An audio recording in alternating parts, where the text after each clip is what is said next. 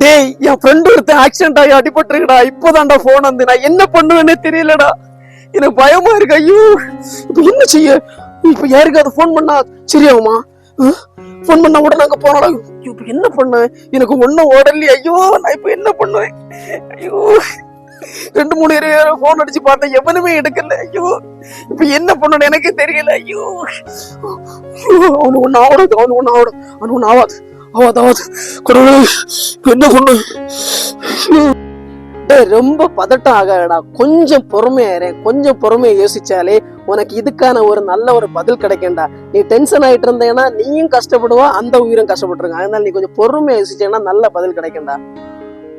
டேய், நீ கொஞ்சம் வந்துட்டு பொறுமையா இருடா. நீ வந்துட்டு அங்க உன் ஃப்ரெண்டு வந்துட்டு ஆபத்து இருக்க நிலைமையில நீ இப்படி வந்துட்டு புலம்பிட்டே இருந்தேன்னா உனக்கு தான்டா பாதிப்பு வரும். இப்ப பாரு, நீ மனப்பதட்டத்தோட நீ வந்துட்டு என்ன செய்யுது அறியாம நீயே வந்துட்டு இவ்வளவு டென்ஷனா இருக்கு. இப்படி டென்ஷனா இருக்கும் போது உனக்கு மூளையும் பாதிப்பனும், உனக்கு உடல் ரீதியாகவும் பல பிரச்சனைகள் வரண்டா.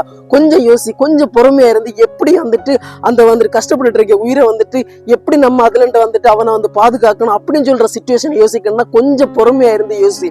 இப்ப நீ வந்துட்டு அந்த பொறுமை இல்லாம இப்படி மனப்பதட்டத்தோட இருக்கும்போது என்ன வந்து தெரியுமா, அங்க வந்து கஷ்டப்பட்டு இருக்கிற அவனை வந்து காப்பாத்துறதும் ரொம்ப கஷ்டமா இருக்கும். அவனும் உயிருக்கு போராடிட்டு இருக்க இந்த நிலையில நீ இப்படி வந்துட்டு அலைஞ்சிட்டு இருக்கும் போது உனக்கும் வந்துட்டு அந்த இடத்துல என்ன பண்ணுன்னு தெரியாம நீயும் கஷ்டப்பட்டு இருப்ப. அந்த உயிரை வந்துட்டு ரொம்பவே கஷ்டப்படும். ஒண்ணு மட்டும் தெரிஞ்சுக்க, இப்படிப்பட்ட இடத்துல வந்துட்டு அந்த பதட்டத்தை மாத்தினேன்னா கொஞ்சம் பொறுமையா இருந்து யோசிச்சு அடுத்த என்ன பண்ணலாம், அந்த உயிரை வந்து காப்பாத்துக்கு நம்ம அடுத்த என்ன பண்ணேன்னு கொஞ்சம் நீ யோசிச்சேன்னா நல்ல ஒரு தெளிவு கிடைக்கும். இது இல்லாம நீ வந்துட்டு புலம்பி டென்ஷன்ல இருந்தேன்னா பல பாதிப்புகளை நீ சந்திக்க வேண்டிய இருக்குண்டா.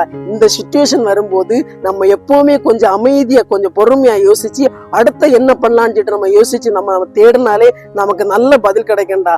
நல்ல ஒரு வழியும் கிடைக்கும். அப்போ உனக்கு உயிருக்கு எந்த ஒரு ஆபத்தும் வராது. அங்க கஷ்டப்பட்டு இருக்க உன் நண்பனோட உயிருக்கு நல்லா நடக்கும்.